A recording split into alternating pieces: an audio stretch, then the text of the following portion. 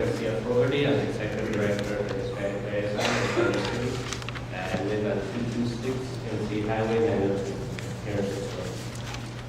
The thing I want to address tonight is about fear. I think a lot of us live in fear here in Chatham County, whether it's fear of being deported, fear that somebody who we know is going to be deported, or fear of those people who are different from us.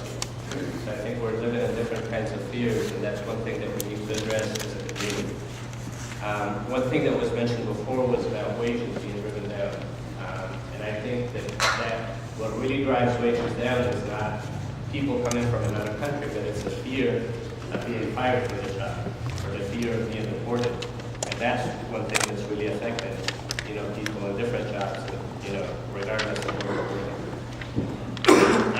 Another thing is that I want to mention is one thing that the 287 provision was enacted initially to remove habitual immigrant offenders. But the aggravated felonious acts are only 1% of the total. So it's not really addressing what it was supposed to be addressing in the first place. I want to quote a few historical sources, I think, to talk about this fear issue. I think it's important to place it within a larger context. There's a woman by the name of Shirley Chisholm. Some of you may know her. She said in 1970, America has the laws and material resources it takes to ensure justice for all its people.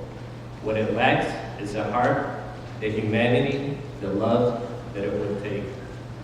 Martin Luther King said in 1958, the enforcement of the law is itself a form of peaceful persuasion that the law needs help. In the end, for laws to be obeyed, men must believe they are right. And another person who you all know, Jesus, said in the early part of the first century, do not judge, and you will not be judged. Do not condemn, and you will not be condemned. Forgive, and you will be forgiven. Give, and it will be given to you. A good measure, pressed down, shaken together, and running over, will be poured into your lap. For the measure you use, it will be measured to you. He also said, a new command I give you, love one another. As I have loved you, so you must love one another. Amen. By this all men will know that you are my disciples, if you love one another. Roy Stowski said earlier on that we need to dialogue, and I very much want to second this. I think there's a lot of fear in this county, like I said, on both sides, and we need to get beyond that. We need to not be judging before we know each other, and before we understand where we come from and what our histories say about each other. Thank you.